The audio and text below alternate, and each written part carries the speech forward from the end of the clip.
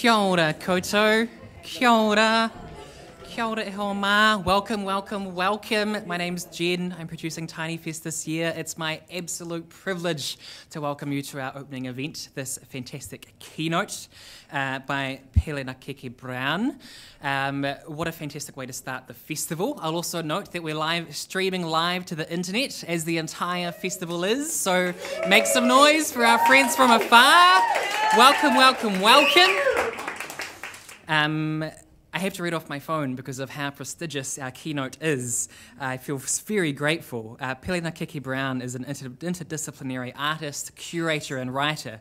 Her practice explores the intersections between disability, cultural concepts, and Samoan cultural concepts. Her practice investigates sites of knowledge that hold both, and she uses technology, writing, poetry, and performance to explore these ideas. Her CV is long. She's presented her work in the US, UK, Canada, Germany. She was recognised with a Pacific Toa Award at the Creative New Zealand Pacific Arts Awards, as well as receiving Dance NYC's Disability Dance Artistry Award in 2019. She's worked with the Metropolitan Museum of Art in New York and the New York Public Library of Performing Arts. She's held residencies all over the world. Her work has been published in the Hawaii Review, Apogee Journal, and the Movement Research Performance Journal. Tonight, she's reflecting on the last 2 years since COVID-19 has brought great disruption to the arts and for practitioners here in Aotearoa. I can't think of a better way to start the festival.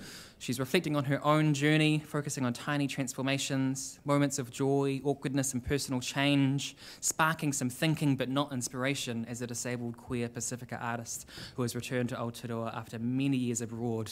Please join me in giving the warmest welcome to Pelenakeke Brown.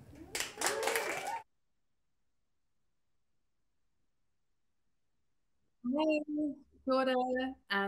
It's always an out-of-body experience to hear someone talk about you, so I just want to thank you so much. Kia ora koutou, ko Pelenakeke Lila Ulu Brown toku ingoa, no Tamaki Makoto aho. So as you know, my name is Pelenakeke and I'm zooming in from the beautiful land of Tamaki Makoto. I put on lipstick for the first time in lockdown. Thank you. Yeah, so my ancestors are from Samoa. My mum is from the villages of Ngākai Vai and Siutu in Tivai, Samoa. And this is where my Leila Ulu family come from. My dad is a sixth-generation Pākehā New Zealander. I just want to talk to the tech friends. Turn off the mic so that I don't hear the feedback, please. I love it when we pull a look back on the curtain and we just, reveal what's actually happening. Okay, so yeah, the other important part of my genealogy is that my grandmother, Dorothy Brown, who predominantly raised me, this weekend marks the 10th anniversary of her passing. So I'd like to take a moment first to remember our loved ones. I always cry. I'm a Samoan. We always cry. So I want to bring in that. And at the beautiful mihi whakatau, someone said that we bring the dark and the light. So I always cry. So I invite you to bring these people with you into the room for you today and for us to remember them together for a moment. So it's been really hard for me to know what to say during this time when we've all been at different stages with some in different alert levels and tamaki in day 101. So I just want to acknowledge that it has been really a hard time for us all, especially in the arts. But I actually really want to bring in the joy. I got to watch everyone come into the theatre. And I loved how everyone's got these great outfits on and that I could just look at everyone kind of being together. And so I also want to acknowledge the hardness, but also acknowledge the joy that I just witnessed in the room as I was waiting. The arts are vital and they've been vital for my well-being. So I want to acknowledge all of you artists, crew, technicians, everyone that makes this ecosystem thrive. I'd also like to take this time to say thank you to the Tiny Fest crew, Julia, Virginia, and more, some of you that I met at the Mihi Whakatau today. It takes guts to still put on a festival during these times. So I want to thank you and commend you for all you have managed to do during this weekend. I also want to say hi to my friend AJ that's there. Yeah. So I was sitting in my shower wondering what I would talk to you all about. And I decided I would start with the time that we're in, COVID-19, which has brought huge disruption because we can't gather. The last time I was in a big bubbling room was full of arts practitioners in Munich was for Tanz platform in 2020. We actually spent a lot of the time joking about COVID, rolling on each other, going to see shows packed in theatres together, even though some groups hadn't been able to come because they had stopped artists from Asia flying over. When I think back to that time, I'm so surprised. I feel like we were so carefree, and just how different everything feels now, and how I think that we've all changed, or I've changed. And so whatever the size of the shift has been for you during the last 18 months, I just want to acknowledge that. And that's what I wanted to talk to you about today, to take these tiny moments, these small shifts, and investigate them with you. Inspired, of course, by this brilliant festival, Tiny Festival. So my partner said I had to slow down, so I'm trying to breathe. I guess I have to go back to the beginning. It started all with the train. After my grandmother died, I went to New York to visit some family friends who were actually living in New Jersey. I had grown up in a really anti-American household, so I didn't know anything about New York. I had no pop culture references, but I had two friends that I had met in Europe as a teenager, and they were both kind enough to show me around. First of all, Janae picked me up from the train and she took me to the Met, which I didn't know anything about the Met at the time. She then took me to I Thank God It's Fridays, and then she took me home, as in dropped me to Penn Station so I could take the train back to New Jersey. Well, actually, she got completely lost. We had to ask for help, which showed me that New Yorkers, she's born and raised in Queens, get lost and also ask for help. This gave me the confidence to take the train by myself and to see where the day would take me. So I'd just hop on the train and decide what line I was going to take for the day. My other friend Sarah was living in Manhattan, so I got to see how small apartments are there, and she took me to the High Line and reminisced about how a few years earlier it had been this really great sunset hang for New Yorkers before it became a tourist attraction. She took me to an exhibition gallery of technology, which I loved at this place called IBM. She also took me out on the most magical night of my life.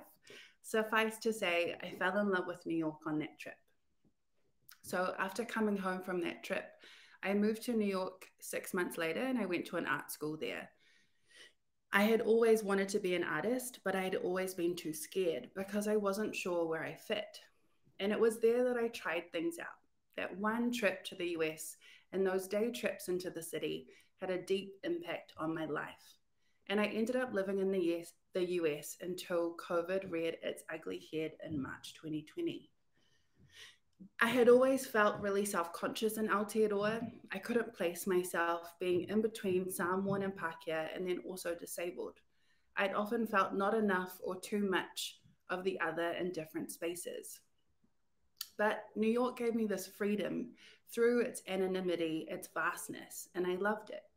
No one knows what a Sāmoan is, and no one has time to look at the way your body moves in the world to care. So I was able to create a relationship with my body and myself through this time. There were other ripples that were huge. A couple of years into living in New York, I met Jack Gray, who's now the artistic director at Aotearoa. He was there and he was leading a workshop. And while I was in the workshop, I met another artist, Dan Tulapapa McMullen. Dan is Samoan and he lives in upstate New York. Breathing. A few weeks later, he sent me via Facebook Messenger a flyer for an audition for a performance work. So being the obedient Samoan person that I am, obeying my elders, I went along and I auditioned and I got into the work. I had actually been avoiding performance, and for the previous 2 years in my school, I had been training with a master painter, Sam Adequate, in the art of traditional oil painting. I had thought visual art would be my art, but by following this moment with Dan, it led me back into the world of performance.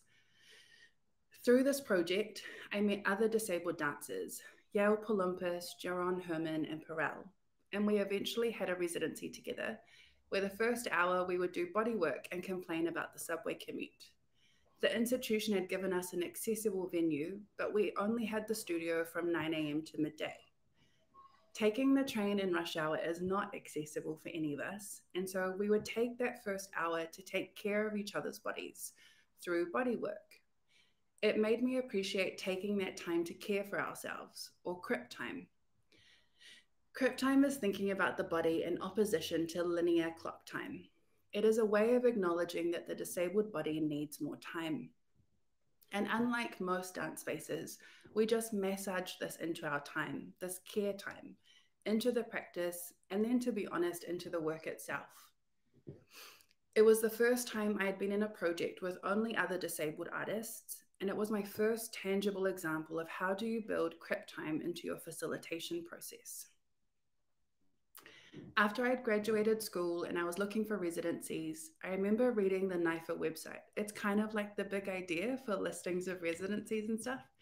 And they were advertising their immigrant artist mentoring program. I remember thinking the word immigrant was really striking, as I hadn't really heard this word much growing up. I had heard the word migrants, and I'd heard others from New Zealand who were overseas call themselves expats. They had a definition for immigrant, which was someone who'd been living in the US who was not born there for more than 3 years, or their parents were not born there. I realized this definition included myself, but it also included myself in Aotearoa with a mother not born in Aotearoa. I had been so privileged to have never felt other in Aotearoa in this way. Moving to the US, I definitely had these moments when I resonated with my mum, wondering if this is how she had felt. Navigating new systems and applying for visas will definitely remind you that you do not belong. It was during this time that Donald Trump was elected and the anti-immigrant rhetoric was increasing. I started to identify as an immigrant, not because people called me that, but because I was a privileged someone who everyone actually welcomed. I regularly had American friends ask me if I wanted to stay and if they could help. But this is not everyone's experience. So it became a political act, mind you, a tiny one, to identify this way, especially when others use the privileged term expat. I've noticed overseas, expats are often white and immigrants are often people of color. With this identification, I started to do more immigrant advocacy. I was asked by Dance NYC, a service organization, to join their immigrant artist group. I didn't think I could add anything, but I was in the process of applying for another visa at that time and verifying myself and arguing why I should stay there. There were no other new immigrants like me in these meetings who could remember the difficulty of navigating these new systems. But it always struck me so strange that I had never felt this experience in Aotearoa myself. My auntie Tala in our family is the go-to for this kind of thing. She sponsors family coming from Samoa and she helps translate between immigration and the family. And I'd always kind of see her do this and people were like, oh, you call Auntie Tala, but I had never experienced this kind of navigating of these systems and having someone help me translate. I realized how difficult it was for our family members to cross ocean borders and the resilience it took to set up their lives for us in Aotearoa. Another shift for me. During this time, I requested my medical file from Aotearoa. Now, this might seem like an innocuous request, but for me, it felt really huge. I was born with my disabilities, so my relationship with my body has been different than others who acquire theirs. It's just how I've always navigated my life. And surprisingly, I knew very little about the medical diagnosis as a kid. I really requested my file because I wanted to understand what had happened in my early years, because my mum won't talk much about it. I didn't want my family to know, so they couldn't send it to anyone in Aotearoa. The guy at the end of the email ended up scanning through 153 pages worth, and I'm sure that's not even the full file. So I went and printed it out, and I remember carrying the big bundle still warm in my arms on the subway home. It felt like a secret, a warm, secret baby. I wasn't sure what I was expecting to find, but what I did find were so many personal anecdotes in this heavy archive. I found out more than just a medical diagnosis or those early experiences that my mum had.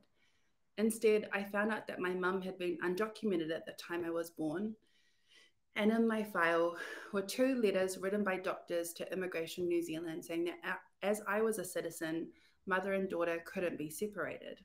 This was just the same language that I was reading in the paper of parents and children being separated at the US-Mexico border.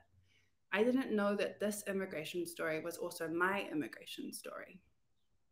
I also found out that my dad took me to physio every Friday, and when the physio recommended in her letter that this be stopped, she also noted that my dad seemed disappointed because this was our only time together. I had no idea that we did this every Friday together. So what was striking that was that in this archive, in this heavy dark text, through this excavation, I found such personal stories that were not known to me. I started to make work engaged with my medical file. The first one at Denniston Hill, where I installed my medical file on the wall and performed a movement score in front of it. The score was a slow score. My word was respite, inspired by the residency theme chosen by the artist Xaviera Simmons, and I danced only from the floor. This was my first investigation into the disabled aesthetic. So using the natural way my body moved as part of the aesthetic of the piece. I was tired. I wanted to only dance slowly from the floor. This residency was my first one where we were paid, fed, and housed. For the week, Denniston Hill had an artist chef that was with us who cooked all our meals. And Xaviera, every year a performance artist is recognized, and she was the one for our year. And she chose the theme as respite. She encouraged us only to do what we needed. She didn't want us to perform for performing's sake. I learned a lot about rest during that process. Denniston Hill was founded by artists of colour, including Julie Muritu, Paul Pfeiffer, and Lawrence Chua, who are on the current board. When I think of a great model, I often think of them. And I was actually able to go back to Denniston Hill 2 more times. And they actually invited us to go back. Like if you needed to go over summer, you could just email the residency manager and she'd make time for you. So this place became another home for me. And I thought I would continue to visit every summer. I then received the Dance NYC residency, so the work developed further into creating blackout poetry as moving to your own medical history is pretty heavy, and I wanted to break the text. It took me a while to figure it out, but I figured that choosing words that related to my body and blacking out the rest revealed poems that I then used as scores. So this reflects my interest in archives, excavating them, and then taking control of them. So I don't want to do a share screen. So I ended up making a book of, oh goodness. And my favorite one is, just to show, okay. So she assists. So that's kind of what it looks like. And then you black it out. So the first one, increased tone, range and shoulder, elbow extension, grasp and release, raking scissor grip, left hand, draws lines and circles, she assists.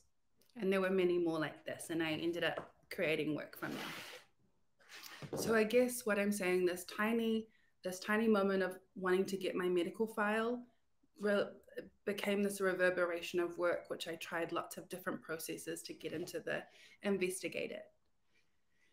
Another tiny shift that occurred for me was I was asked to write a piece for the Movement Research Performance Journal. They had their first ever Indigenous edited issue. I remember sitting down that day and feeling really tired. I didn't want to write about dance in that traditional way. I remember thinking, what constitutes dance anyway? And what is the smallest movement that you can make? Is typing on the keyboard a kind of choreography? I type with one hand, so I have my own specific way of moving. And could this be a dance? The other concept that my practice is grounded upon is the va, a concept of relationality integral to Sāmoan culture, but it is found across Moana Nui a Kiwa.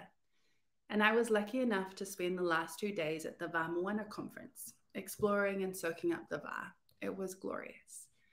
For me, the va always starts with relationships. What are the relationships that are occurring right now? In this case, the keyboard, my hand, the keys, and the way they are spaced and marked.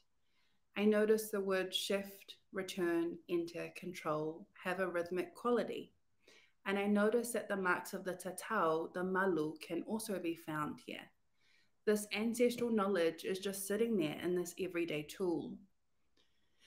I started to create new work, meditating through this. Can you create choreographic work using these words? And could I potentially create my own choreographic language with these symbols that also inscribes the disabled body? I called this first piece a traveling practice because when I'm typing or talking to my friends, I am traveling. As we all know, the internet is now a place of time travel, something disabled people have been doing and using this space for years. I'm traveling right now as I'm zooming into you now. On the original keyboard where I did this work, enter and space was actually on the same key. And for me, it echoed the Indigenous way of seeing time and space as non-linear. When we are entering, we are also returning. I also think as someone who left and went and set up somewhere else, there is always this ache to return to home. I often see connections in the everyday, that my practice is trying to connect these ancestral parts of myself with my disabled cultural self. There are connections between these two. So through this simple refusal in the original prompt, it led me into a whole new exploration for my work and a whole set of worlds, really. A tiny shift by saying no led to a huge outcome. But then there was a pause or a full stop, a seismic shift, really. COVID-19 emerged, and I actually had a residency at IB, the same place that my friend Sarah took me when I first went to New York. So I was like living my absolute dream. And 2 months prior, I had resigned from my part-time arts administrator role to become a full-time artist. But then COVID emerged and all of my work just stopped and IBM closed. I wasn't eligible for any income support, and I was actually in London when Trump closed the borders to non-citizens. So I had to come back to New Zealand. I was really confused. My family told me that the arts were dead, and I decided to pivot into an arts management role here, trying to see what I had learned and use it in this role. But it was hard, and I learned a lot in the last 18 months. But I also can't remember a lot of it, which I think speaks to the trauma of the last year. Since I've been home, I've been talking a lot about disability leadership and agency. I've realized that this is a difficult concept to grasp, and it's because it's embedded across language, expectations, media, and relationships in terms of disabled people. I use the word disabled purposefully. Others don't. Often they hide their disability because it's not safe to reveal yourself. The word disabled is my preference rather than special needs, differently abled, or access needs. Many of us are trying to reclaim this word disabled. I'm noticing a lot of people are using the words by us, for us, a phrase that was coined by disabled people, but it frustrates me because I'm not seeing it in the same. In disabled spaces, it's not often led by disabled people. So I think that my politicized self of disability, my way of understanding, is actually a very American way of thinking. And that's because they have the Americans with Disabilities Act. So they have legislation and we don't. And so it's been a real journey of returning and navigating this push and pull. I resigned in June and I've actually returned to being a freelancer. Although, to be frank with you all, the majority of my income is working actually as an arts consultant or a disability consultant, not as an artist. I haven't been able to go back to being a full-time artist just yet, and I'm not sure when that will be, but that's okay. I'm sure in time I will. So I just want to mihi to people who have also had that. They have had to leave or they've had a hard time and haven't been able to create work. My partner asked me, what do you want to leave the audience with? A call to action? I actually find those really hard. And so instead, I would like to offer you tiny bits of advice, because I think in those tiny shifts that can lead to change. So some things I have learned have been that if it doesn't sit right with you, then you need to expel them from your body. Otherwise, you'll hold on to this grief. In the last few months, I found it really difficult to combat people's attitudes about disability and disabled people without crying from anger. Most recently, I finally got to the stage where I could say to someone that they didn't have the cultural competency to work with my community without crying. It has felt like a tiny shift, but a huge one. I've also learned that when I say the words disability or ableism, it is really confronting to people and it doesn't go down well. So I've started to say, hey, you know that thing that you did that made me uncomfortable because of this? I don't say the disability word. I just talk about the relationship between us and why it was uncomfortable. And it's really shifted the way that I can have conversations with people, even though it sucks that I can't use the language that I think I would like to use. Other tiny bits of advice: ask and share stories with your friends. Create a network where you read over each other's applications. That's also really important if you don't have a partner. For many years, I had a buddy and he would read my work and I would read his. So create networks and share knowledge. Ask about pay and share pay scales with friends so that you're not in a silo. I found it's really helpful to check in with your white friends to find out what you had paid, but also what you would quote. So I did like an illustration job for Uniqlo and I quoted them $800 as my day job. And I was like, that's so amazing. And then I called my immigration sponsor, a New Zealand guy who's lived in New York for 25 years, and he has a design studio in Soho. And he was like, that job was worth $5,000.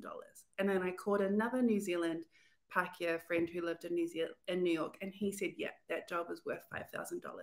So I went back and told them and renegotiated a higher rate, but it made me realize that I need to check in with other people.